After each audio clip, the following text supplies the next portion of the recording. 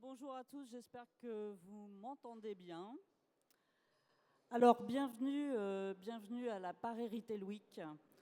Nous sommes ravis, fiers, heureux de vous accueillir à cette première édition de la Paris Retail Week qui est placée sous le patronage du ministère de l'Économie, de l'Industrie et du Numérique, pour lequel nous avons de grandes ambitions pour cette manifestation, comme celle de devenir un rendez-vous international à Paris, donc du retail, avec un véritable pont que nous avons essayé de monter entre le commerce online et le commerce physique, ce qui correspond selon nous à la nouvelle définition du commerce, un commerce unifié.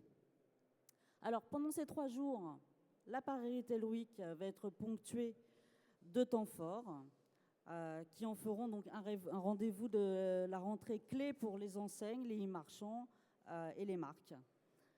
Nous avons bien sûr 2 salons donc, dans un même pavillon qui sont donc e-commerce Paris et Digital In-Store, avec des villages start-up qui vont encore une fois montrer que l'innovation en France, il y a énormément de choses qui se passent.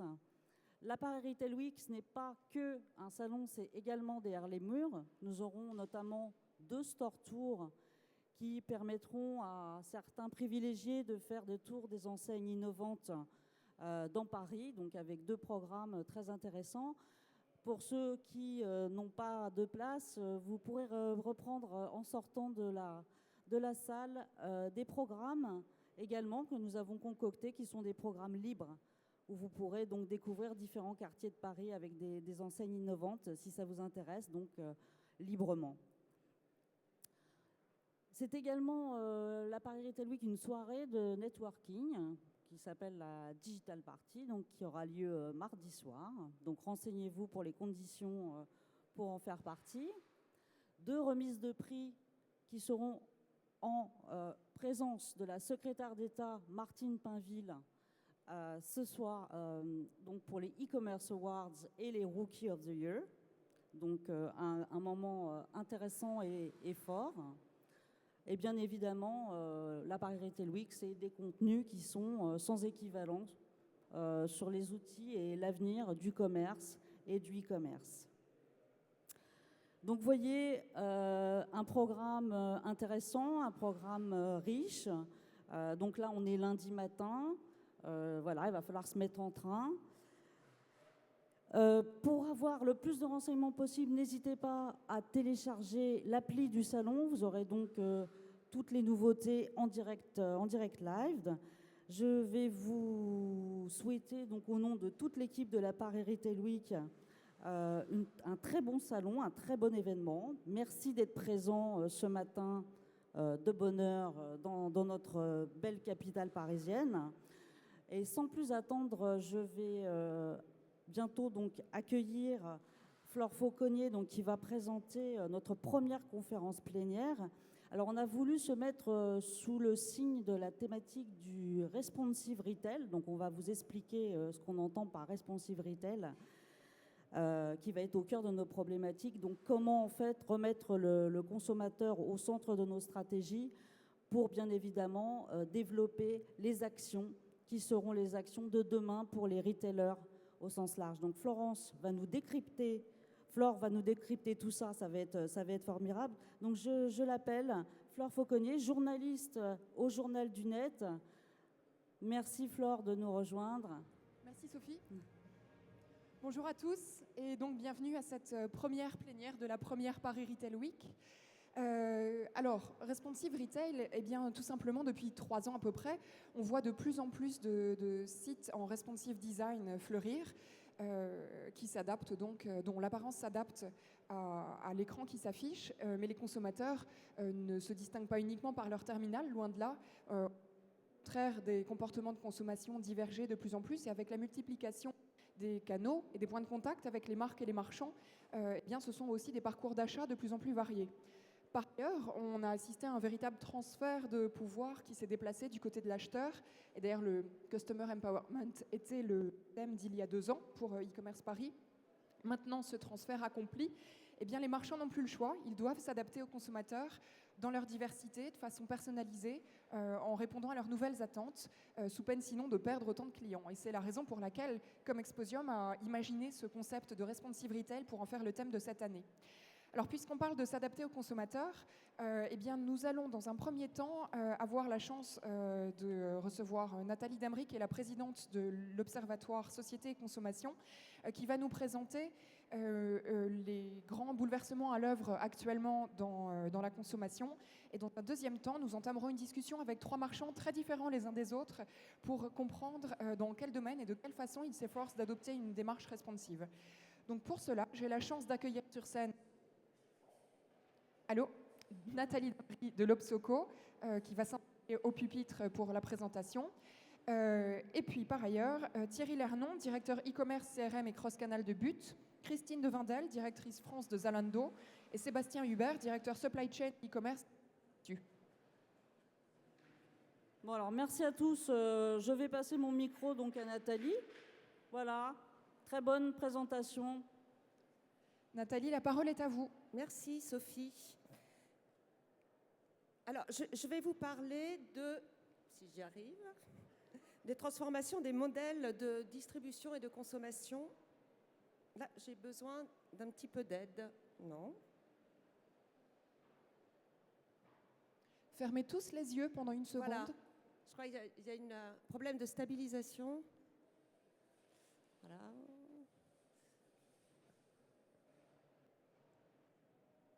Voilà, je vais m'arrêter là. Lorsqu'on analyse les mutations et les grandes évolutions des modèles de consommation et d'organisation, on se rend compte en fait que l'on passe d'un modèle d'organisation qui était, voilà, celui-là, un mode d'organisation qui correspond à ce qu'on appelle le taylorisme, à savoir une organisation extrêmement... j'ai un vrai problème, ça saute tout le temps. Est-ce que quelqu'un de la peut venir aider, s'il vous plaît? Sans toucher au boîtier, c'est... Bon. Sinon, je le fais a cappella, hein, sans...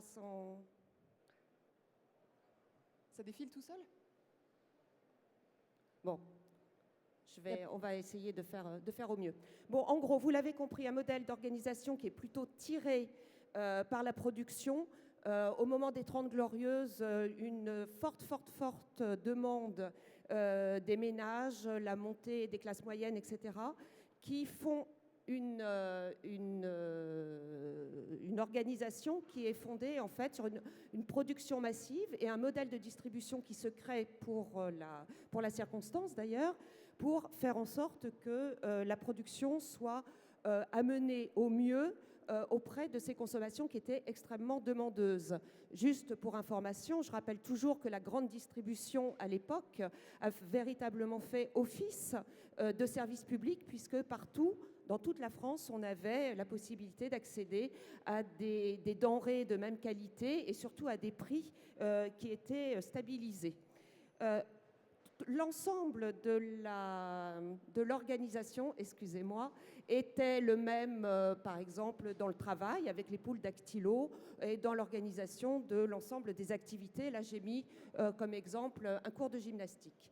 Aujourd'hui, l'ensemble du modèle s'est renversé et plutôt tiré par l'aval, à savoir que c'est le consommateur, je suis vraiment désolée, hein, le consommateur qui est au centre de la demande. Pourquoi il est au centre de la demande? Parce qu'il a aujourd'hui d'autres aspirations, et pas forcément des aspirations à consommer comme on pouvait consommer avant dans les classes moyennes. Peut-être que si je le pose, ça ira mieux. Je vais essayer de voir. Là, j'ai mis un ensemble d'exemples, mais vous voyez qu'il est tiré et attiré par des modèles qui vont... Le Bon Coin, hein, qui est aujourd'hui un modèle qui permet à tout à chacun d'aller chercher un ensemble de choses. Nous, dans nos différentes interviews que l'on peut faire ou les études, on a eu la surprise de quelqu'un qui nous a dit un jour, quand on l'interrogeait sur l'arbitrage du budget des ménages, moi je regarde, quand j'achète une machine, je ne sais pas, une machine à café, je commence par regarder sur le Bon Coin. Si ça me plaît, je l'achète, si ça ne me plaît pas, je vais chez But par exemple. Donc une sorte de renversement des références de là où on va acheter. Ça, c'est très important. Après, vous avez un certain nombre de choses que vous connaissez, les sites de e-commerce, les pop-up stores, etc., etc. Différents modes d'organisation qui se créent. Pourquoi ? Parce que le consommateur, d'une part, veut avoir le choix. La question du choix, elle est extrêmement particulière parce que le consommateur veut avoir le choix, mais trop de choix génère un petit peu de stress. Donc, il ne faut pas trop de choix non plus. Donc, il faut avoir un choix qui soit relativement éclairé de la part des distributeurs ou des producteurs. Et surtout, le consommateur veut avoir la possibilité, sur un parcours qu'on pourra appeler un parcours client, de faire différentes expériences. Donc, je pense que ça sera l'objet même de la table ronde, mais des expériences qui lui autorisent à acheter en magasin, à aller chercher des informations en magasin, acheter sur Internet, etc., etc. Donc, un parcours client qui se repense complètement différemment. Donc, ce bouleversement total, il est lié en fait à un ensemble de choses. Donc, il y a des mutations économiques, des arbitrages du budget des ménages. Vous avez en matière économique aussi quelque chose qui est très très important, c'est la montée de la concurrence. Et donc, le modèle que l'on a connu pendant les 30 Glorieuses, le modèle glorieux de la distribution, tout sous le même toit, etc., est fortement remis en cause. Vous avez la première des concurrences, c'est ce qu'on appelle les GAFA, et auquel il faudrait aussi ajouter les Asiatiques, qui font que l'arrivée d'Amazon, de Google, etc., a été un booster absolument phénoménal. Il y a des mutations technologiques. Alors, je dis tout de suite que le e-commerce ne devrait même plus être une option. J'ai lu quelque part qu'il y avait simplement 35% des distributeurs qui avaient adapté en termes de responsive leur site au mobile. Donc il y a encore beaucoup d'efforts à faire.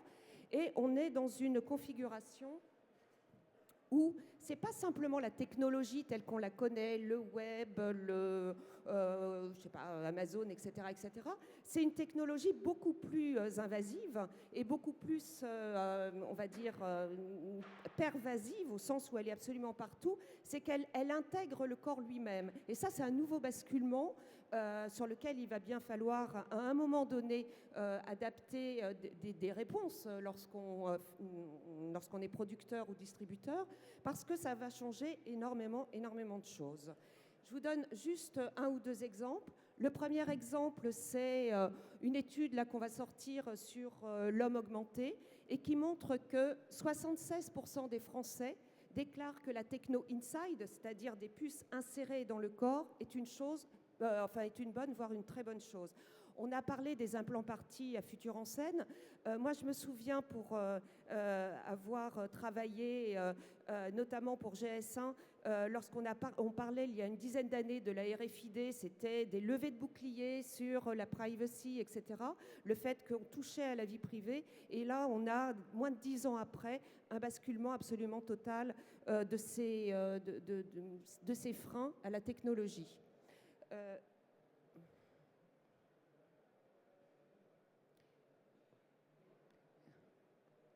Bon, encore. Ces freins à la technologie, ce basculement, il se fait dans un ensemble de mutations qu'on appelle des mutations sociétales, mais qui, en gros, c'est ce que je vous disais tout à l'heure, nous font passer d'une société où on était avec une consommation de masse qui répondait à des besoins de masse et qui était très marquante en termes de signes distinctifs sociaux. On était médecin, on mangeait médecin, on consommait médecin, on se mariait médecin, etc. Donc une logique qui s'est complètement éclatée au profit de nouvelles aspirations qui sont l'individualisme. L'individualisme, ce n'est pas l'égoïsme. L'individualisme, c'est le fait de vouloir être ressenti comme une personne. Si on s'adresse à moi comme une personne, on va me proposer des choses qui sont faites pour moi et pas pour le voisin. Et cette nouvelle aspiration qui est très très massive tire à elle seule le commerce et la notion de responsive. L'hédonisme, évidemment, dans des sociétés qui sont tout de même, en tout cas en France, vu les médias, des sociétés qui sont très sous contrainte, où les gens sont stressés, ont peur, etc. Il y a des moments où il faut savoir desserrer les contraintes, et la demande d'hédonisme, la demande d'avoir des moments de joie, la demande d'hurler de plaisir, comme on disait tout à l'heure, etc., c'est quelque chose de fondamental. On doit pouvoir, à certains moments, accentuer quelque chose qui est de l'ordre de la joie. La rassurance, la reliance, qui sont des choses un peu plus connues, mais sur lesquelles notamment on peut baser par exemple la demande de confiance, la demande de rassurance de la part du consommateur, soit sur des produits, soit sur on en parlera peut-être tout à l'heure, mais soit sur l'utilisation des données que l'on cède lorsqu'on navigue sur Internet. Et alors ? Bon, je vais continuer sans slide peut-être. Vous avez des slides là ? Ouais, bon. Enfin, voilà.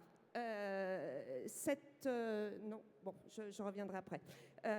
On a la rassurance, le besoin de rassurance. Il y a la notion de responsabilisation qui est très particulière, parce qu'on veut bien être responsable à partir du moment où ça protège mes propres intérêts. Hein, c'est ce que l'on voit dans la question de l'environnement. Je veux bien m'intéresser à la notion de responsabilité de l'environnement, mais il faut que ça me profite. Et le dernier élément qu'on avait vu tout à l'heure, c'est la question de la résilience. Hein, le consommateur hédoniste, individualisme, en quête de reliance, méfiant, etc., veut aussi avoir des moments où il se réconforte, où il se fait plaisir, etc. Cet environnement sociétal, il est porté par une culture qui est extrêmement importante, qui est la culture du net. La culture du net, c'est fondamental, c'est une idéologie, c'est un rapport au monde qui est complètement bouleversé. Là, je montre toujours cette image de gentils fumeurs d'herbes de Provence dans leur garage qui inventent le monde de demain. Et ce monde qui est le nôtre aujourd'hui, il est basé sur des choses extrêmement importantes en termes de commerce, c'est l'immédiateté, l'expérience. On n'est plus dans une logique où il faut un apprentissage, des essais, etc. Là, on est vraiment dans l'expérience immédiate, le retour, ce qui génère aussi des phénomènes d'impatience, des phénomènes de pouvoir avoir accès à tout le temps. Le pair à pair, le réseau, hein, c'est tout ce qui a donné la fin de la logique du silo, la fin de la logique on va dire, de la notion hiérarchique, le pair à pair qui touche évidemment le commerce lorsqu'on pense aux réseaux sociaux, lorsqu'on pense aux avis qui sont postés, etc. Et puis la gratuité, hein, qui peut, sur certains modèles, poser problème, notamment tous les modèles qui courent sur les questions de la connaissance, le journalisme et autres. Je passe un petit peu vite. Pour vous parler des nouvelles choses qui vont arriver, et entre autres, moi, ce qui me semble le plus important, c'est la porosité totale des frontières. On est encore aujourd'hui sur des modèles, même quand on montre les avant-gardes des différents distributeurs, on est encore sur des modèles, disons, où le corps est placé dans une relation à l'objet ou à l'acte d'achat qui est encore très... c'est la même que dans les années 50. Hein. On va dans la boutique, il y a une notion de transfert, de transaction, etc. Sur le site ou sur le mobile, on a aussi des notions de transfert, de transaction. Là, on va vers quelque chose de beaucoup, beaucoup plus bouleversant en matière de transactions commerciales. C'est le fait de ne même plus avoir à passer par la gestuelle de la transaction. Donc en gros, vous regardez des vidéos, et vous pouvez faire vos achats juste en cliquant sur avec une sorte de zappette. Nathalie, je vais vous demander de conclure. Oui, alors je vais conclure très très vite. Donc tous ces éléments, qu'il s'agisse des évolutions sociétales, économiques et technologiques, font que La relation avec le client, c'est Amazon, enfin c'est le PDG d'Amazon qui résume ça très très bien. Il dit, je ne me demande pas ce dont les gens ont besoin, la seule chose qui m'intéresse, c'est où sont les gens. Où sont les gens et que font-ils? Et donc cette notion de savoir où ils sont et ce qu'ils font nécessite de s'interroger sur ce qu'est le client, ce qu'il est avant, ce qu'il est pendant, ce qu'il est après. Donc un client n'est pas simplement un objet dans la transaction. Un client, il existe pour les distributeurs et les producteurs très en amont et très en aval de la relation marchande. Bon, je suis désolée pour les petits problèmes techniques, mais je m'arrête là. Maintenant,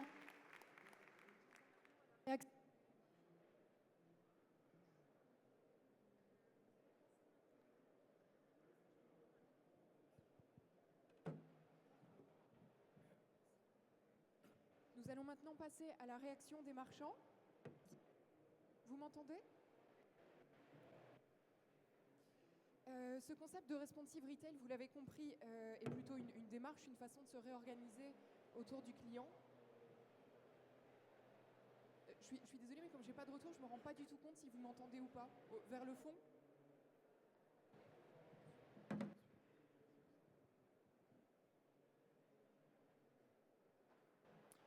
Alors, oui, peut-être que les intervenants auront besoin de micro en revanche. Ce serait bien d'en trouver quelques-uns pour eux. Donc on va en venir maintenant à la réaction des marchands. Donc vous l'avez compris, cette démarche de responsive retail est plus une façon de se réorganiser autour du client, ce qui peut prendre corps de façon très diverse, aussi bien par des campagnes marketing adaptées qu'en repensant l'expérience en magasin ou en adaptant sa logistique aux multiples attentes des consommateurs. On va commencer par la première chose qui vient en tête, qui est le marketing. Alors chez But, Thierry Lernon, vous travaillez beaucoup le marketing relationnel et comportemental, en quelque sorte pour museler le marketing de masse que vous faisiez auparavant. Est-ce que vous pouvez nous expliquer votre approche et nous dire de façon très concrète comment vous vous y prenez? Oui, tout à fait. Alors dans une société comme But, les deux vecteurs principaux de marketing jusque maintenant, c'était les dépliants, toute boîte, et la radio. Et donc c'est par définition des choses assez massives qui ne prennent pas bien en compte l'individualité du client. Et ce qu'on a tenté de développer et sur lequel on est en train d'accélérer depuis 1 an maintenant, c'est des programmes de marketing relationnel complètement individualisés que le digital permet à un coût qui est maintenant bien moindre que ce qu'il était il y a 5 ou 6 ans, et qui part du comportement client et de ce qu'il est en train de faire dans sa relation à la société à l'instant T, et pas de ce que But a raconté à tout le monde au même moment. En décortiquant la base client, on a créé il y a 1 an et demi une base client qui regroupe sur 6 ou 7 ans tous les achats web et les achats magasins. Et en décortiquant la base, on se rend compte clairement qu'il y a une grosse logique d'achat par pièce. Donc l'idée sous-jacente du marketing relationnel, c'est à partir du moment où on commence à détecter un intérêt ou un achat pour un produit dans une pièce, on élabore des programmes autour du premier achat et qui poussent des produits de la même pièce successifs au premier achat dans une pièce. Par exemple, si quelqu'un achète un matelas ou un sommier, on va lui pousser des emails qui lui présentent les chambres à coucher coordonnées avec des images d'ambiance, pas les produits individualisés, quelque chose qui donne envie et qui met en scène la déco, qui donne des idées. Et ça s'oppose clairement à l'image du dépliant toute masse distribué à plusieurs millions d'exemplaires tous les 15 jours. C'est ce que le marketing relationnel permet maintenant de faire facilement et qu'on développe, qui donne de très bons résultats. L'idée de base, c'est de parler au client de ce qui l'intéresse à l'instant T, et si je caricature un peu, d'arrêter de se regarder le nombril et de nous lui parler de ce qui nous intéresse à l'instant T. Détecter ses envies, détecter ses besoins, et à partir de là, élaborer des programmes qui rebondissent sur ses achats ou sur ses interactions avec la société. En termes de résultats, c'est très très bon. C'est des quantités d'emails envoyés beaucoup plus petites que l'email toute base ou tous les autres programmes, mais par contre avec des taux d'ouverture qui sont pratiquement le triple et des taux de réponse qui sont 5, 6, 10 fois plus selon les programmes.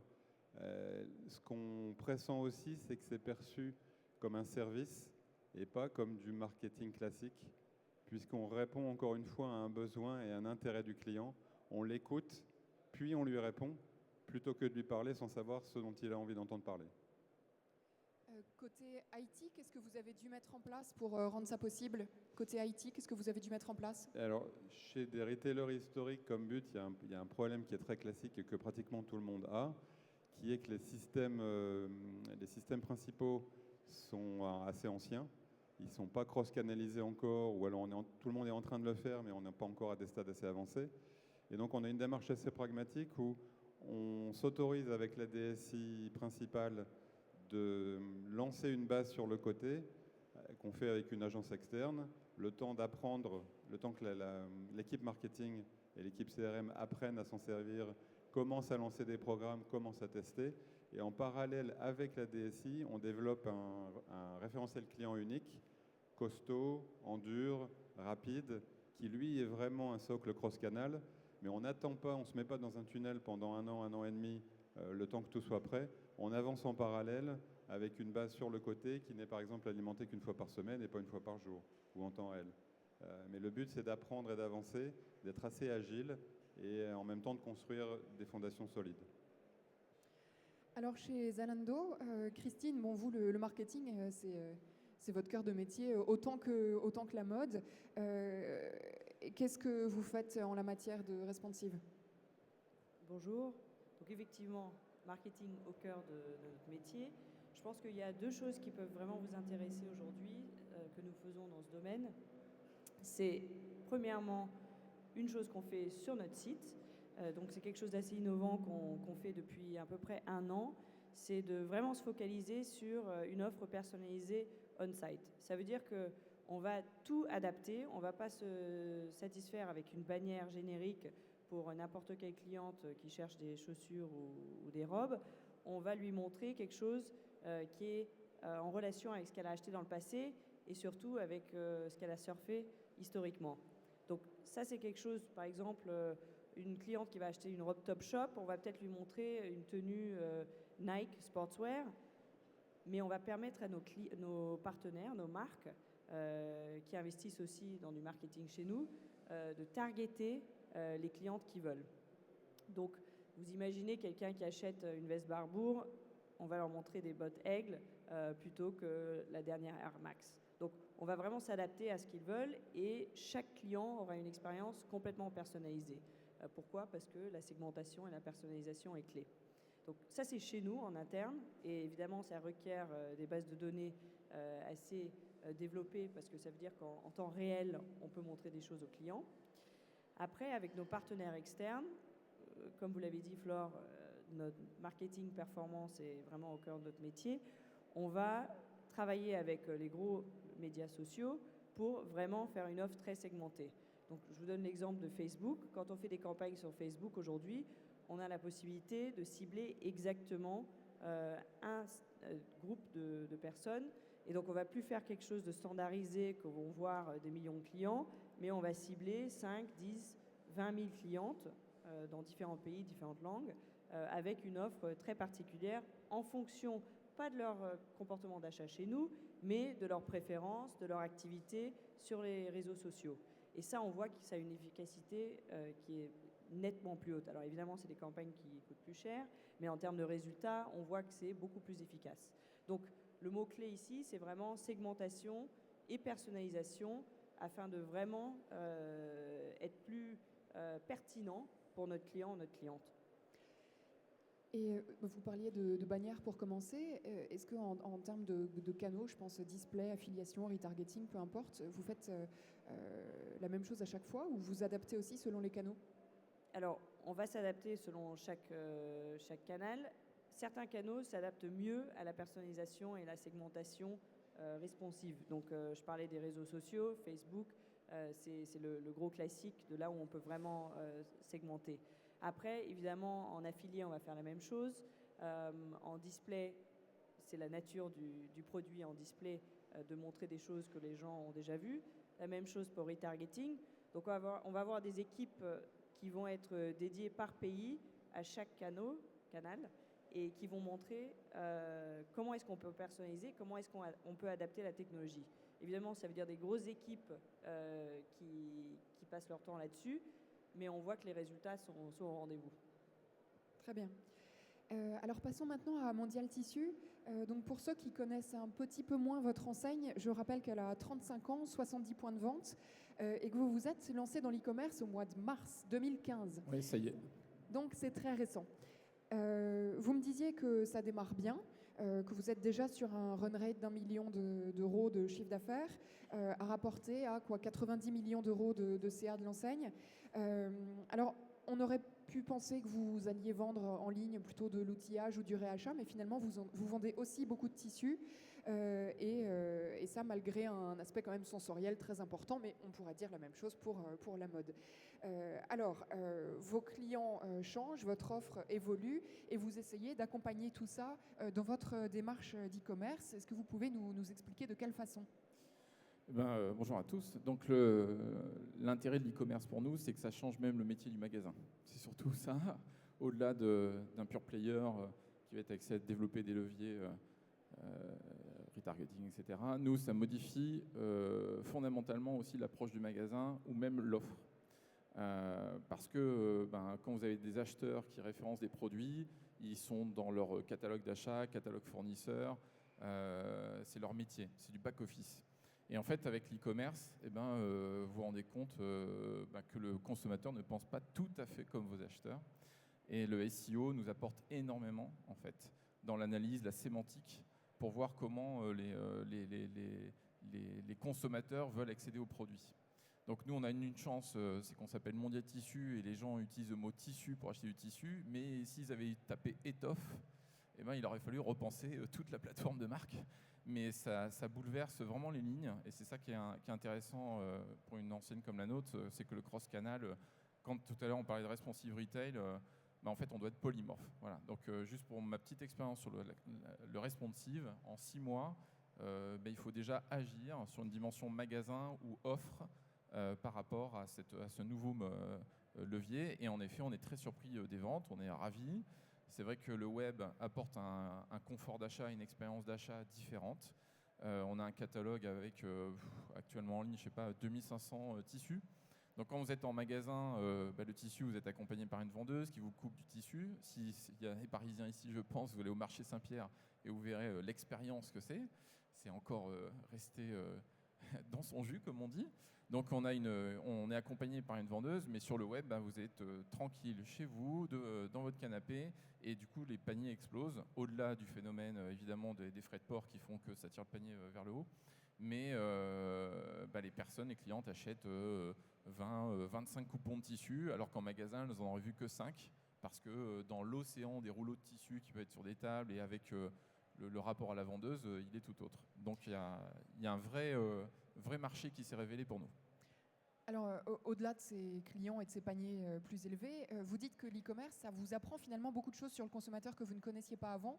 Pouvez nous donner un exemple concret et un exemple concret de choses que vous apprenez sur votre demande et qui peut avoir aussi un impact sur votre activité en général, offline y compris? Ce qui est intéressant, c'est que l'e-commerce a ramené le client au siège, puisque on a un service e-commerce, un service client qui répond aux clients toute la journée. Donc déjà, ça évite une séparation magasin-siège qu'on connaît souvent dans le retail. Le client, il rentre chez nous et on découvre, moi j'ai un fromager du Luberon qui tous les mois me rachète un rouleau complet d'un certain type de tissu. On a des sociétés d'événementiel qui organisent, ici vous voyez, il y a plein de tissus. Voilà, je pourrais peut-être fournir comme Exposium, il faudra qu'on s'en parle après. Alors qu'auparavant, c'était dans nos magasins, de manière éclatée. Il est très difficile pour un retailer, alors on peut faire des études de marché, etc., des études clientèle.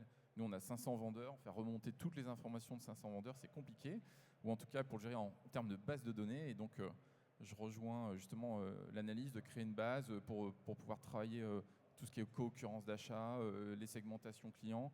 Nous, notre panel, on va de l'ameublement à la mode, à la fête, en passant par les enfants, donc ça va extrêmement loin. Donc voilà, donc l'e-commerce nous remonte parfois quelques pépites justement de personnes qui disent « mais moi j'organise ça, j'ai besoin de faire ci, j'ai des chambres d'hôtes, voilà ce dont j'ai besoin ». Et ça permet une certaine réactivité parce qu'on a intégré au démarrage le service client dans nos murs. D'accord.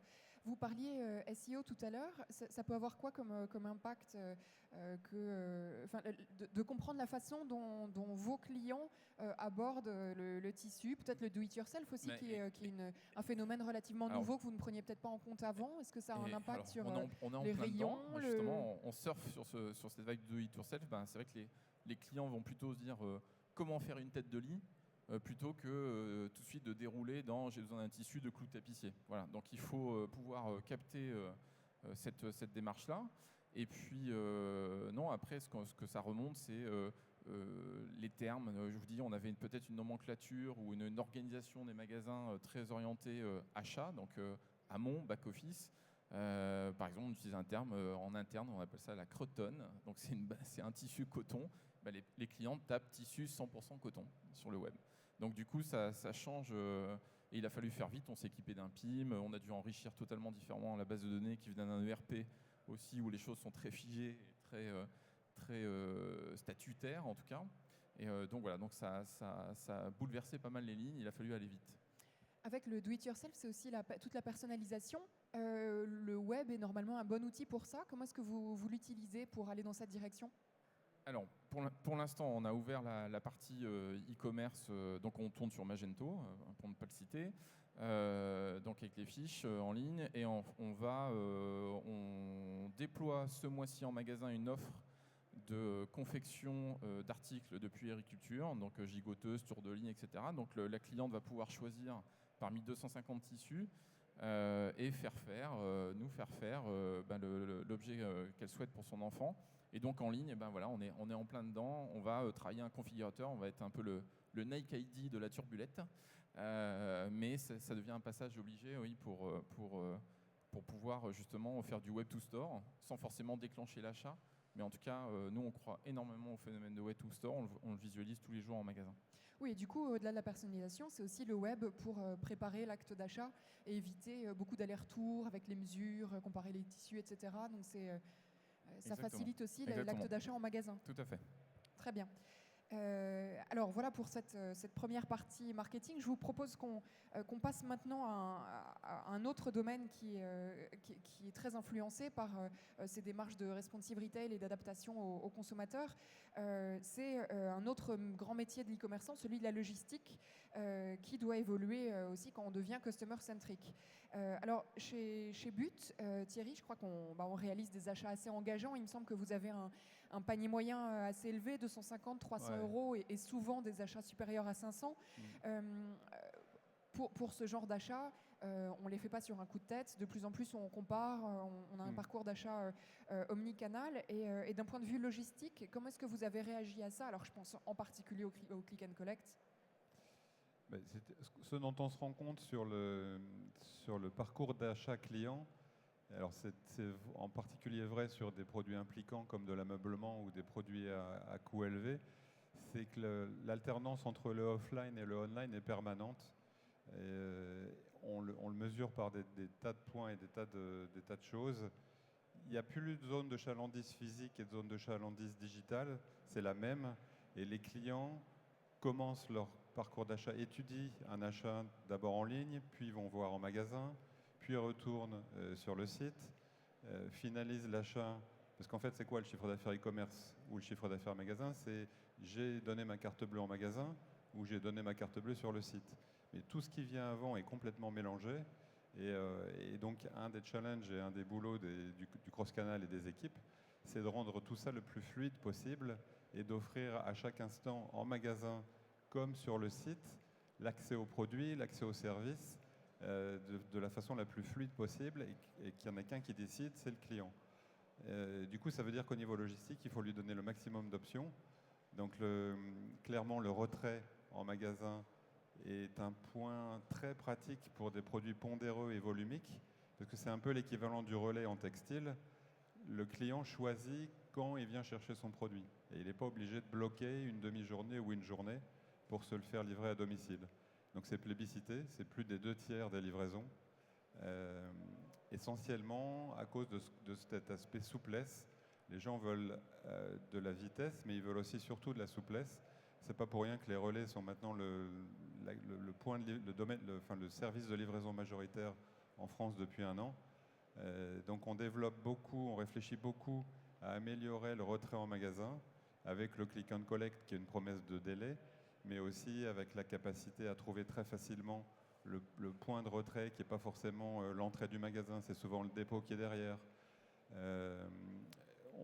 Il y a des heures qui sont plus faciles que d'autres, donc on travaille à la prise de rendez-vous pour indiquer quand on va passer, afin que le produit soit préparé et qu'on puisse fluidifier tout ça au maximum. On travaille aussi beaucoup sur les camionnettes qui sont en location et qui sont en fait vues par les clients comme un service de livraison, alors que historiquement c'était vu comme un service du magasin. Bon, les clients ne le voient pas du tout comme ça. Dans la palette des services, ils voient le retrait, la livraison à domicile, rapide ou lente, la livraison avec la montée à l'étage et la camionnette de livraison à égalité avec tout le reste. Ça change beaucoup la façon de voir les choses. Et donc je rebondis sur ce que vous disiez sur la façon dont le e-commerce fait aussi rentrer le client à l'intérieur de la société. On le voit tous les jours. Les magasins n'avaient pas tellement conscience de la fréquence de revisite et de réachat des clients. En partageant avec les magasins les études de la base de données clients, on peut leur donner des chiffres très précis sur le taux de réachat, l'intervalle de temps entre deux achats, le fait qu'une grande majorité de clients, ça c'est vrai pour tous les retailers, viennent une fois puis ne reviennent pas. Et là encore, le marketing relationnel permet de rebondir sur ces clients-là et de leur parler de façon individualisée. Tout ça, avant, c'était des phénomènes qui étaient très diffus, dont les magasins qui sont l'essentiel des points de contact chez But, il y a 300 magasins et 6000 salariés qui sont en contact. Les magasins qui sont hyper efficaces, qui transforment à 25%, ce qu'aucun site e-commerce ne fait, ou très peu en tout cas, n'avaient pas conscience ou peu conscience de toutes ces données-là. Et donc pouvoir leur donner les chiffres, pouvoir leur donner leur mettre en perspective les outils qui permettent de travailler toute cette matière-là, c'est un plus et ça rapproche effectivement le client du magasin, c'est sûr. Très bien. Christine, chez Zalando, pour que l'e-commerce client soit idéal, vous poussez la personnalisation assez loin et je crois jusque dans la logistique précisément. Exactement. Alors pour nous, en tant que pure player, l'aspect livraison et retour est critique. C'est le vrai point physique de contact qu'on a avec notre client. Et donc on va faire plusieurs choses pour rendre l'expérience aussi agréable pour le consommateur et donc responsive. La livraison, évidemment, je ne vais pas trop en parler parce que tout le monde sait que livrer rapidement est important. Tout le monde dans cette industrie essaye d'accélérer le temps de livraison. Mais ce qui est intéressant, c'est l'expérience de défaire le colis et aussi l'expérience retour. Donc pourquoi je parle spécifiquement de l'expérience de défaire le colis ? J'espère que vous avez tous déjà fait des achats en ligne. Quand vous recevez votre colis, on a réalisé que l'expérience d'ouvrir le carton n'est pas toujours facile. Il faut un ciseau, il y a du scotch. Comment est-ce qu'on peut rendre cette expérience ultra facile et agréable ? Donc, chez Zalando, qu'est-ce qu'on a développé ? On a des colis avec une lanière d'ouverture très facile à utiliser et à l'intérieur un autocollant déjà précollé, pour refermer le colis. Ça veut dire que quand vous recevez votre colis, brandé Zalando, il y a un petit côté satisfaction presque comme un cadeau. Quand vous ouvrez le colis, ça doit être facile et agréable. Vous tirez sur la petite lanière, le paquet s'ouvre et à l'intérieur, c'est bien empaqueté. Et là, vous avez tout de suite une belle expérience, important pour le pure player. Si je vais un peu plus loin, le retour. Comment est-ce que ça se passe le retour ? Initialement, on obligeait notre client à aller en ligne. Il fallait qu'il ait une imprimante, il fallait qu'il imprime une étiquette, qu'il prenne du scotch, qu'il le mette sur le colis. On s'est rendu compte que ce n'était pas du tout une expérience agréable pour nos clients. Donc, qu'est-ce qu'on fait aujourd'hui ? On a une étiquette pré-adhésive dans le colis. Donc, vous ouvrez quelque chose, vous recevez un colis, vous l'ouvrez, facile à ouvrir, vous avez l'étiquette, vous pouvez la remettre. Il y a une bande adhésive déjà dans le colis. Tout ça, ça veut dire que vous n'avez besoin ni scotch ni ciseaux. Théoriquement, vous pourriez essayer quelque chose à la poste et tout de suite le renvoyer. Ça, c'est ce qu'on appelle une belle expérience. Et qu'est-ce que ça veut dire? C'est que le client va être satisfait, donc il va revenir. Tout l'idée. Donc, fini cette époque où le retour est vu comme quelque chose de négatif, mais au contraire, on veut satisfaire le client, lui donner vraiment une belle expérience pour qu'il ait envie de revenir, même si la paire de chaussures ou la robe n'allait pas.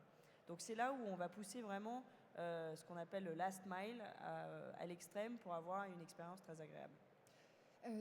Sébastien, chez Mondial Tissu, est-ce qu'il y a des choses en matière de logistique ou de magasin, bon, magasin on a déjà un peu vu, mais de logistique qui changent du fait de votre approche responsive? Oui, clairement, il faut s'adapter puisque entre livrer une petite bobine de fil et un rouleau de velours de 15 mètres qui va coûter très très cher d'ailleurs en expédition, les choses sont très différentes. Et là aussi, il faut pouvoir accompagner les équipes logistiques qui ne font pas chez nous que du simple picking, puisqu'en fait, elles peuvent dérouler des rouleaux de tissu et les couper à la demande en amont du picking.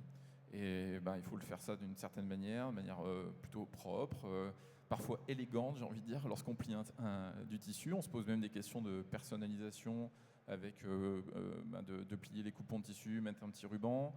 Pour les premières commandes, frénétiquement, on écrivait des cartes à la main pour remercier les gens, leur glisser des paquets de bonbons, enfin voilà, pour essayer de créer un lien et de l'empathie. Donc oui, ça c'est des choses aussi qui sont, quand vous parlez de logistique, on pense tout de suite palette, process, industrie.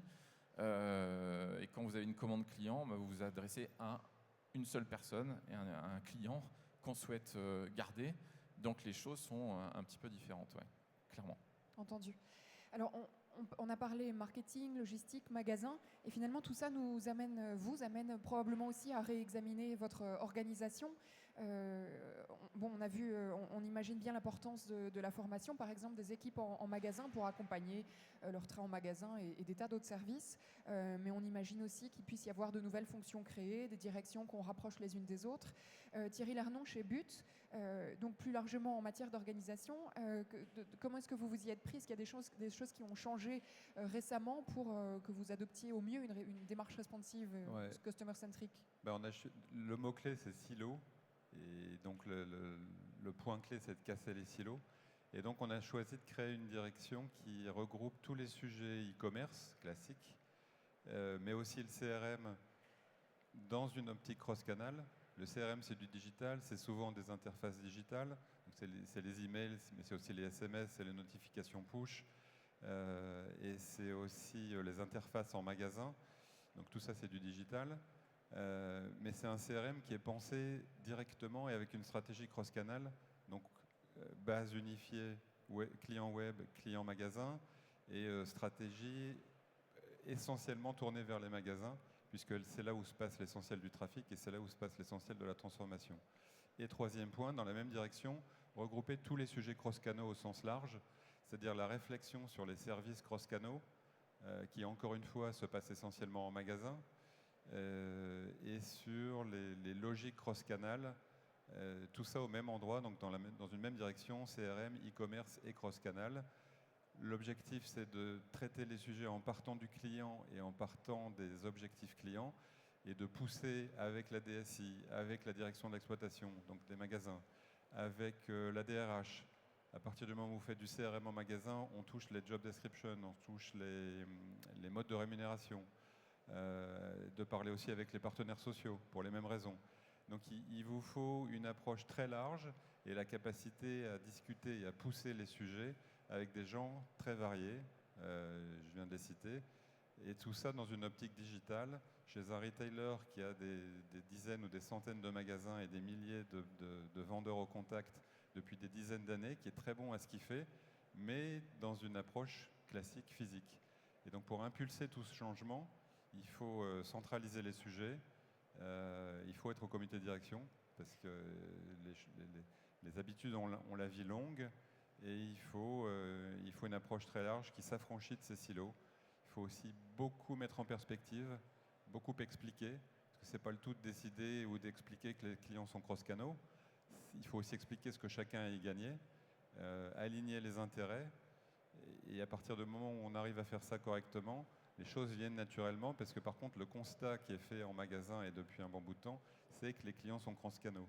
Les vendeurs le savent, ils le voient, Ils voient les gens comparer, ils voient les gens sortir leur mobile, ils voient les gens arriver avec une fiche produit imprimée. Ils savent que les clients regardent les notations produits sur le site qu'ils n'ont pas encore, eux, dans leur système magasin. Donc tout ça, maintenant, en 2015, c'est assez bien intégré par tout le monde. Le tout, c'est d'expliquer, de mettre en perspective et de dérouler en écoutant les gens, en n'allant pas trop vite et en donnant beaucoup de sens à tout ça. Et pour ça, il faut une approche assez large. Très bien, merci beaucoup. Alors, il nous reste 5 minutes, donc je vous propose qu'on prenne quelques questions de la salle. Alors, le temps que la salle trouve une première question, je vais poser moi-même la première question de la salle parce que ça m'embête qu'on n'ait pas parlé de mobile. Et du coup, j'aurais bien aimé savoir chez Zalando, comme le mobile est complètement crucial dans cette démarche de responsive retail, de quelle façon vous y prenez et est-ce que vous n'êtes pas encore plus responsive sur mobile que sur desktop? Pourquoi? Vous avez une stratégie par device? Comment ça marche? Et la salle peut déjà réfléchir à ces premières questions. Donc effectivement, le mobile, c'est clé. Aujourd'hui, chez Zalando, ça représente plus de 57% de notre trafic. Donc, si on n'est pas responsive en mobile, on est mort. Donc, qu'est-ce que ça veut dire? On fait beaucoup de travail sur les push notifications. Comment est-ce que l'expérience livraison peut être intégrée avec le mobile? Ça veut dire que quand la livraison est dispatchée, on reçoit un in-message. Quand le colis arrive chez soi ou a été en tentative de livraison par la poste, on reçoit un message. Tout ça, ça doit être intégré dans le mobile. Il y a aussi un point très important, c'est comment est-ce qu'on suit le parcours client à travers toutes les différentes plateformes. Donc certes, le mobile est aujourd'hui la plateforme la plus importante en termes de trafic, mais on voit que le matin, notre client est en train de surfer son smartphone dans les transports, au bureau et sur desktop, et le soir sur sa tablette sur le canapé. Comment est-ce qu'on suit le parcours client pour qu'il ait tout ce qu'il a vu le matin en regardant un abri de bus avec une pub Zalando, jusqu'au soir, quand il regarde une pub à la télé, il faut que ça suive sur le mobile et sur la plateforme. Donc pour nous, c'est clé et je dirais que c'est l'axe stratégique le plus important sur lequel nous travaillons. Peut-être Nathalie, pour conclure, vous, quel est votre sentiment par rapport à la façon dont ces trois marchands essayent de s'adapter aux consommateurs? Est-ce qu'ils vont dans la bonne direction? Et qu'en pensent les consommateurs? Est-ce qu'ils sont patients? Est-ce qu'ils jugent et ils condamnent très vite? Quelle est la réaction des consommateurs face à ce genre de démarche?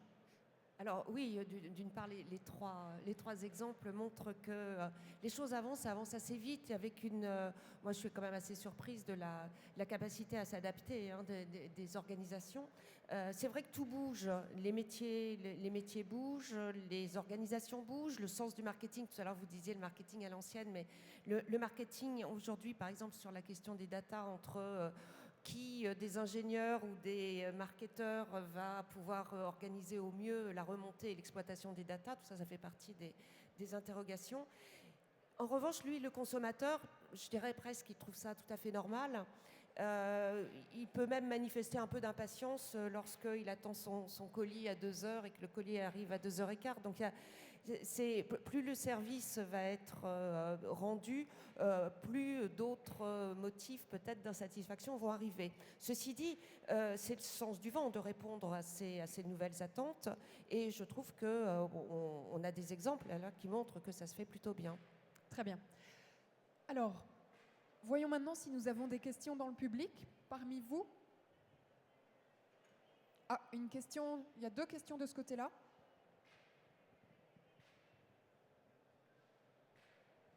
Où ça? Bonjour. Bonjour. En fait, j'aurais voulu savoir comment vous articulez le process de vente dans les magasins physiques par rapport au process de vente en ligne, dans la mesure où ça a une répercussion concrète sur la motivation des vendeurs dans vos magasins physiques. Comment vous arrivez à motiver les troupes? Votre question s'adresse à Thierry Lernon de But, c'est ça? Ou de But, ou à Sébastien Hubert de Mondial Tissu. Mondial Tissu, il me semble aussi qu'ils ont des magasins physiques. Il faut que les modes de rémunération ne soient pas en contradiction. Et donc, quand les vendeurs ont des commissions sur leur vente physique, il faut aussi qu'ils profitent du chiffre d'affaires Internet. Donc, il y a une chose toute simple, mais que maintenant tout le monde fait, à mon avis, c'est de réattribuer le chiffre d'affaires au magasin. Donc, comme ça, chaque magasin a un intéressement, ça tombe dans le calcul de l'intéressement. Le chiffre d'affaires Internet tombe dedans. Et les vendeurs sont rémunérés aussi sur les ventes Internet de leur zone de chalandise, de façon très concrète. Alors nous, on n'a pas incentivé les forces de vente. La première chose qu'on a faite, c'est tout bête, mais on a fait une convention à toutes nos responsables de magasins au mois de février, avant le lancement au mois de mars, qui a été portée par notre patron et même l'actionnaire qui était là, donc pour expliquer voilà, que le monde a changé et qu'on doit s'adapter. Et le projet a été extrêmement bien reçu. Je dirais même que le web est devenu une source d'information aussi pour la force de vente. Aujourd'hui, on fait du retrait en magasin. Clairement, dans 80% des cas, les gens utilisent le magasin comme un endroit pour retirer la marchandise, mais ils n'ont pas forcément le temps justement d'y naviguer. Mais le web est devenu une parade sur tel produit, je viens de vendre le dernier exemplaire, si vous voulez on le commande ensemble sur le web, regardez nos nouveaux produits, les collections. Donc aujourd'hui on n'a pas de frein. Alors nous on a 72 magasins en succursale et un premier franchisé, parce que nous développons la franchise. Et même le franchisé aujourd'hui n'a pas de frein particulier. Parce que en 2015, il est très difficile de dire non, toi t'es client web, toi t'es client magasin, et client web, je te veux pas. Voilà. Alors est-ce qu'on ira jusqu'à l'incentive, jusqu'à de la rétrocession de chiffre d'affaires? Pour l'instant, on n'est pas là. On a opéré cette conduite du changement, on va voir. Aujourd'hui, notre site, c'est un gros magasin, mais dans quelques années, si ça prend beaucoup plus d'ampleur, peut-être qu'il faudra changer un petit peu les choses. Ouais. On va prendre une deuxième question maintenant. Oui, c'était dans le même coin? Non. Oui, bonjour. Est-ce que je peux vous demander de vous lever? Et puis après, ce sera la dernière question, Flore. Okay. Tout à fait, bonjour, merci pour ces interventions très intéressantes. Moi, c'était dans la foulée de la question de monsieur pour savoir si concrètement, sur le point de vente, vous aviez équipé les vendeurs de devices ou de façon à accompagner, d'être dans une fluidité par rapport à tout ce qui a été fait sur le net préalablement. Merci. Oui, c'est un des sujets du CRM. Alors, But avait été assez précurseur là-dessus, puisqu'il y a des bornes dans chaque magasin depuis 4-5 ans, 3-4 ans. Et les vendeurs ont été équipés de tablettes. Et donc, on est en train de réfléchir à la prochaine génération qui inclura du CRM dans les tablettes vendeurs. Aujourd'hui, c'est surtout des tablettes qui leur permettent d'accéder sur un device mobile, enfin nomade, aux interfaces classiques d'un magasin, c'est-à-dire les dispos stocks et les fiches produits. L'objectif, c'est de leur donner des données CRM et des fiches produits bien plus enrichies dans les mois qui viennent. Nous, de notre côté, on avait déjà des bornes de commande en magasin, mais côté du vendeur, qu'on essaie d'ouvrir et de tourner vers le client. Je dois vous avouer qu'on regarde un peu ces devices comme des bêtes curieuses, parce qu'on est sur un marché qui est assez historique, on va dire. Donc on ne voit pas encore bien l'apport. Ce qu'on se pose des questions, c'est quand même l'encaissement au sein du point de vente. Lorsque vous avez finalisé le parcours avec une vendeuse qui vous a servi du tissu, du ruban, etc. Et quand vous lui dites maintenant il faut aller sur la caisse centrale pour régler, elle ne comprend pas très bien. Donc on se pose plutôt des questions d'embarquer des caisses légères avec un terminal de paiement pour accélérer ce flux et fluidifier le flux. Très bien, écoutez, ce sera le mot de la fin. Merci beaucoup à tous les quatre. Merci à vous tous et très bonne Paris Retail Week.